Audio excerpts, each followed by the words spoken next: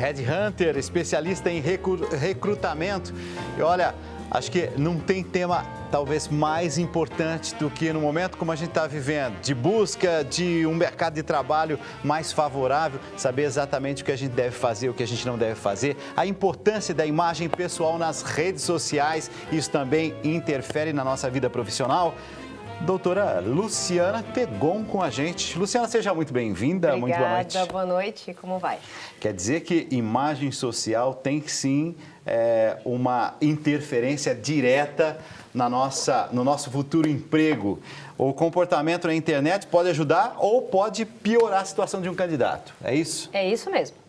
Hoje, como eu estava te explicando, nós temos os processos seletivos e é comum que no final do processo a gente faça uma avaliação de redes sociais daqueles candidatos, né? Então, o que nós buscamos? Complementar as informações que nós colhemos durante o processo com a forma como ele se comporta fora, né, do trabalho. Isso não está ferindo a ética, por exemplo? De eu investigar um pouco mais a sua vida? É uma informação pública. O que nós vamos ver é uma informação que está como conteúdo público, né? Então, é um registro que pode ser consultado por qualquer pessoa. Você está falando que assim, você está em busca, por exemplo, de um novo emprego, pode ser consultado sua rede social, mas já aconteceu alguma vez você consultar a rede social, levar um susto, por exemplo, e falar, não, esse não vai vir trabalhar? Acontece, com frequência. É mesmo? Acontece. Com frequência? Com frequência. Com frequência porque eu percebo que às vezes as pessoas não têm tanto cuidado na hora de expor uma foto ou um comentário. Eu acho assim, nós somos personas, né? Então, a persona do trabalho é uma, a persona da sua vida, da sua intimidade é outra, como pai, como filho, como torcedor de um time de futebol, enfim, como defensor de opiniões políticas. Só que o que você permite que seja visualizado pelo público é que tem que ser moderado. Então, não é que a pessoa tem que ser uma coisa e mostrar outra. Ela pode ser o que ela é, porém ela expõe aquilo que seja adequado para alguém que não a conhece ter acesso. Aquela história do filtro. Exato, a moderação. Ou então aquilo que minha avó dizia, tem que ter bom senso, menino. Pois é, o que mais falta. É isso? É só isso, é só bom senso e um pouco de cuidado. Enquanto você está falando, estou imaginando, por exemplo, aquele bar cheio de garrafa de cerveja, você está lá numa festa, numa coisa assim. Essa foto pode ser muito engraçadinha para você e sua família, mas talvez para o campo profissional não seja. Então, às vezes aquelas garrafas todas nem são dele. Certo. Às vezes ele nem bebeu aquilo, às vezes a pessoa nem bebe. Mas o fato desta foto aparecer como um conteúdo público pode passar uma imagem dele que não é adequada, né? Sabe, eu falei para você, né, de levar um susto. Eu já vi, por exemplo, assim, de esnobando que tinha participado de uma briga, que é pau para toda obra. A gente precisa tomar cuidado com isso, né? Precisa. Assim, o que a gente o que mais a gente encontra assim de inadequações na exposição de redes sociais, por exemplo, são comentários deselegantes, incitando violência, comentários que a gente pode colocar que não são politicamente corretos contra minorias, questões raciais, homofobia, e a gente vê isso com certa frequência, né? É aquilo que você quer trazer para dentro da empresa? Não é, né? Então, não adianta, você estar se expondo de uma forma inadequada, então isso pode realmente te atrapalhar. De uma outra forma, você até colocou, isso também pode te ajudar? Pode, porque muitas vezes quando a gente, especialmente jovens, né, quando nós fazemos programas de trainees ou cargos que são mais iniciantes, é muito interessante você ver que um jovem é engajado com causas humanitárias ou com projetos de voluntariado. Então, ela também tem o outro lado, tá? De mostrar alguma coisa a mais que a gente não enxergou ali na entrevista. Opinião política, por exemplo, a gente deve colocar ou não? Então, eu acho que a gente deve colocar, mas de uma forma que, assim, seja uma forma elegante e precisa tomar muito cuidado, porque, assim, o que eu acho ruim da opinião política são palavras de baixo calão. É uma pessoa, pode não estar agradando, mas eu acho que não é legal você se referir com palavrões, etc. Opinião política todo mundo tem que ter, porque senão também fica complicado. Mas a forma como você comunica isso que tem que ser feita com bom senso, como você mesmo disse. O limite entre vida pública e vida privada não está ficando nebuloso demais, não? Ele está ficando nebuloso. Na verdade, a internet, ela fez uma explosão, né? Ela gerou uma era que a gente chama de hiperconectividade. Então, qualquer coisa que você posta tem um alcance muito grande, uma repercussão muito grande, viral, né? Então, se você não toma cuidado ou não tem essa preocupação em relação à sua exposição, você pode ser prejudicado, você pode passar uma imagem que você não quer, você pode acabar ofendendo determinadas pessoas, você pode causar um mal para a empresa que você trabalha. Então, o que tem que ser sempre considerado é assim, o bom senso na hora de você se colocar dentro de uma rede social de grande alcance.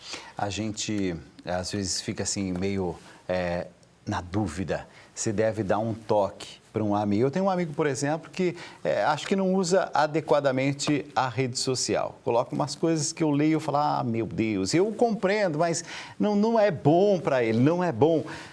Dou um toque, falo ou não?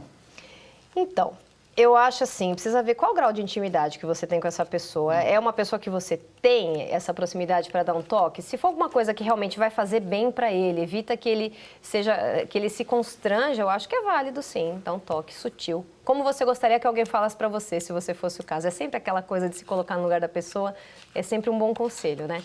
Como que você receberia você tem razão. isso? Às vezes, o fato de falar, mas assim, o jeito como a gente fala. É verdade também que às vezes a gente tenta encontrar o melhor jeito possível e a pessoa acaba se ofendendo de qualquer jeito.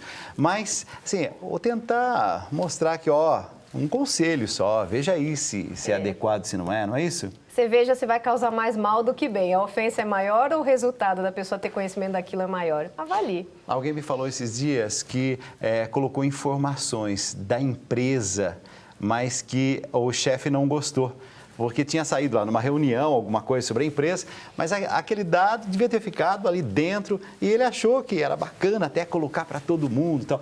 Determinadas coisas que acontecem dentro da empresa devem ficar ali. Sim, devem ficar ali. Inclusive, tem muitas empresas que no contrato de trabalho da pessoa, ela assina, inclusive, ela coloca uma cláusula ali que informações que sejam do métier da empresa, do segmento, são confidenciais, elas não podem ser divulgadas. Então, você divulgar um assunto que tem que ser tratado com discrição ou, de alguma forma, uma informação que não pode ser vazada e você está vazando uma informação dessa, você pode, inclusive, ser processado. Tem, às vezes, assim, uma certa ingenuidade, sim, né? Sem querer. Sem querer. Agora, o WhatsApp. Nesses dias também me falando o seguinte, eu estava lendo, na verdade, uma pesquisa americana dizendo o tempo que a gente leva para se concentrar, para ter foco em determinadas coisas. O problema é o seguinte, todo mundo trabalhando, o computador está aqui e o celular está aqui. Diz essa pesquisa que a cada vez que esse celular toca uma musiquinha, chega uma mensagem e eu paro aquilo que eu estou fazendo, eu vou necessitar novamente de todo um tempo para me reconectar com aquilo que é o essencial, aquilo que é a minha prioridade, que é o meu trabalho naquele momento. A gente não tem levado isso muito a sério. Já foi pior. Quando começou, né, essa onda de WhatsApp, que isso é uma febre, todo mundo hoje fala pelo WhatsApp, e quando eles bloquearam o WhatsApp, parece que acabou a vida, né, para as pessoas, né? Então, assim, no começo eu acho que era pior, porque ficava um inferno, uma sinfonia de telefones tocando.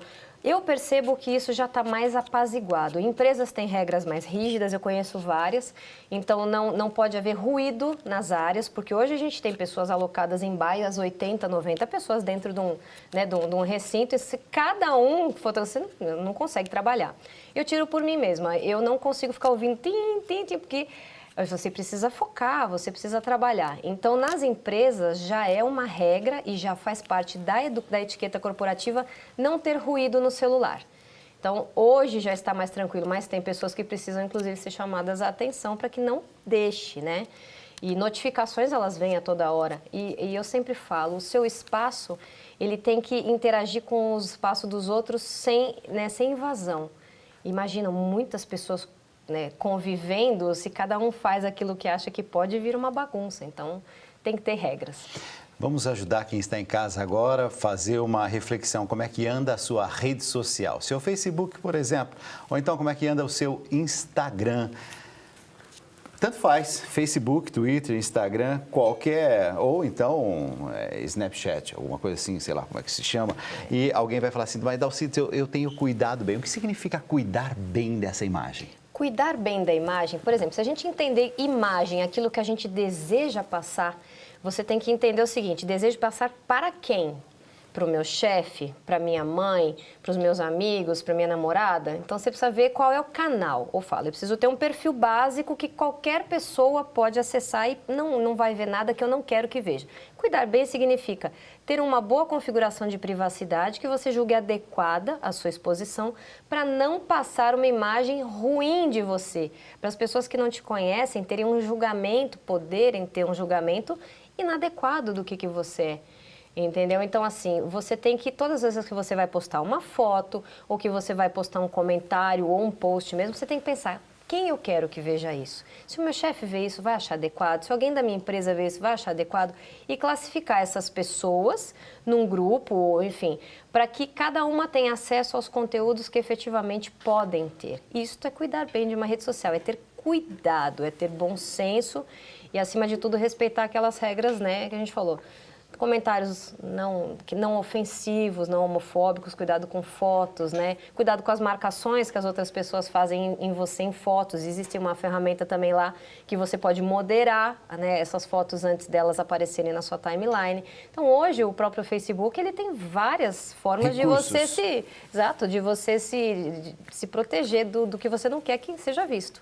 Posso fazer, assim, aproveitando a sua vinda, algumas questões, algumas perguntas? Por exemplo, o que eu tenho recebido aqui pela Rede Vida de pessoas que estão em busca de um lugar, um espaço no mercado, em busca de um novo emprego? Tem muita gente que nos acompanha todos os dias e que está passando uma situação muito delicada em relação a isso.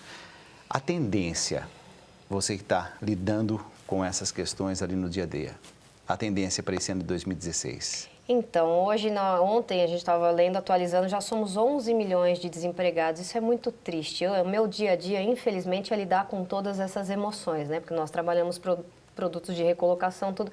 É muito difícil você lidar com essa ansiedade. Projeções não são as melhores. Disseram que vamos chegar a 14 milhões de desempregados, ou seja, tem mais 3 milhões aí numa expectativa negativa de também caírem no mercado.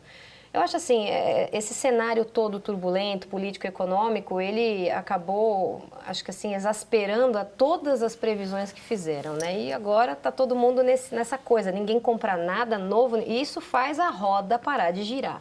Então, enquanto não houver alguma medida eficiente, efetiva, né, de reversão dessa economia, de aquecimento, a tendência, infelizmente, é continuar aumentando o desemprego, né? Para quem está empregado, tem alguma recomendação? Bom, a recomendação é fazer 150% a mais do que você já faz, né? Porque as empresas hoje, muitas vezes elas demitem simplesmente porque não tem mais como manter aquela pessoa lá. Então, eles estão fazendo diminuição das equipes, dos headcounts. Quem está ficando com o seu trabalho e o trabalho daquela pessoa que foi desligada está distribuído. Então, assim, seja um braço e alguém que reme, que fale, eu estou aqui e o que precisar será feito. Né? Quem não está disposto a remar, ou então que, assim, reclama de tudo, parece o senhor chorãozinho, tudo é difícil, tudo é ruim, ó sol, ó céu, ó nuvens, ó o que fizeram comigo, olha a mudança que teve, estou com dificuldade de me adaptar, aquele chororô todo. Essa é uma época complicada para isso. Ele está na prancha do barco, né? Vai andar na prancha ali, porque, veja, você como um gestor de equipes, por exemplo, de uma área, você tem 10, 12 pessoas, precisa fazer um corte, porque as ordens chegam simplesmente de cima, fala, precisa diminuir, não é questão de 10%, performance, 15%. Precisa tirar 4 pessoas. Quem você vai tirar? Aquela pessoa que você percebe que está do lado. Não, mas vai melhorar, gente, vamos lá, a pessoa está resistindo e positivamente, ou aquelas pessoas que só fazem peso e só reclamam? Agora, tem gente que eu acho que já é o perfil. Por exemplo, já trabalhei em empresa onde as reclamações vinham sempre da mesma pessoa. Todo mundo se adaptava, aquela pessoa parece que não acompanhava nunca o grupo. E eu me lembro que isso, assim, durante anos foi dessa mesma forma. Se a gente não tiver uma palavra que se chama resiliência, essa capacidade de adequação, eu acho que não é só uma questão de... Porque a gente está vivendo uma crise. Eu acho que o ser humano está mais exigente, as empresas estão mais exigentes. Então, acho que Darwin já falava, né? Não vence o mais forte, mas aquele que se adapta melhor aos cenários. Ok. Eu penso uma outra coisa, tá? Enquanto gestores de equipe, se a gente percebe que tem uma peça ali dentro da equipe que tem essa característica, né? Eu acho que muito também é o papel do líder de chamar e tem que dar um feedback para essa pessoa. Fala, olha, seu comportamento não está adequado, o que a gente espera é isso. Perceba, você tem esse tipo de reação quando, na verdade, isso seria melhor. Porque a pessoa precisa também ter a oportunidade de perceber que não está agradando e uma oportunidade de se alinhar. Já não é porque logo senão também eu acho que é covardia. Já não é logo ir cortando esse funcionário. Não, qual é o papel do gestor? É gerir, é fazer o quê? O melhor com a sua equipe, extrair de cada um o seu melhor. Mas também não tem gestor assim que faz de tudo para não entrar numa discussãozinha. Aí ele tem que procurar uma outra posição, porque isso não é do gestor, né? Se ele não quer meter a mão na cumbuca, né? Nem todo mundo precisa ser gestor, nem todo mundo precisa ser chefe. Exatamente. Ser chefe existe, isso traz muitas responsabilidades. Você é um líder de uma área. É a sua responsabilidade. Você tem filhos ali. Tem esse perfil. Agora, o que não dá é para querer ser amiguinho de todo mundo, não é isso? Isso não é chefe. Isso não é chefe, está no caminho errado. Sim. Vai fazer outra coisa, meu filho, Sim, é isso? O chefe é aquele que desenvolve, dá feedbacks constantes e procura a melhoria dessa pessoa. É isso. Um dia eu ouvi alguém falar assim, a amizade, para mim, eu não estou aqui para vir fazer amizade. Se eu quiser fazer amizade, são outros ciclos, outros lugares. Mas, ao mesmo tempo, tem gente que diz assim, não, mas é bom um ambiente de amizade, de solidariedade na empresa, senão fica tudo muito frio e tal. Também não precisa ser tão, né? Tudo na vida tem esses dois lados. Exato. Ninguém gosta do chefe. Como é que a gente encontra esse meio termo, não? Então, o meio termo é aquilo, você é um líder de uma área e você tem seus resultados para entregar. Qual é a sua função? É trabalhar através daquelas pessoas, extraindo o melhor de cada um, motivando, desenvolvendo, porque você tem que ter um olhar muito arguto para saber aonde que se mexe em cada um, onde se faz o ajuste fino, como um instrumento. Como que esse instrumento soa melhor? As pessoas também têm particularidades. Como eu tiro o melhor desta pessoa? Não é? E com isso entregar o resultado da área para a empresa. Isso é um bom líder. Você sabe que agora você falando de instrumento, eu fui levado automaticamente a pensar, por exemplo, numa orquestra. Cada um saber um pouco o que é o seu específico. Não adianta alguém querer, com o seu prato, chamar mais a atenção, fazer mais barulho. Não. Haverá alguns momentos pontuais em que você vai participar. E a isso você é chamado. Você fez uma metáfora, uma comparação perfeita. E é uma orquestra, um time é uma orquestra. E o líder, ele é o maestro. Então, assim, você precisa ver o quê? O resultado, a harmonia do grupo. Tem pessoas que estão, talvez, né, um pouco desalinhadas, um pouco desafinadas, alguns querendo aparecer mais do que precisa. Mas cabe ao maestro fazer a regência, não é? E colocar cada um dentro do seu melhor desempenho. Querendo aparecer mais do que precisa, é ótimo. Tem muitos. Especialista em recrutamento, Headhunter, Luciana Tegon. Luciana, mais uma vez, muito obrigado por ter vindo. De nada, foi um prazer.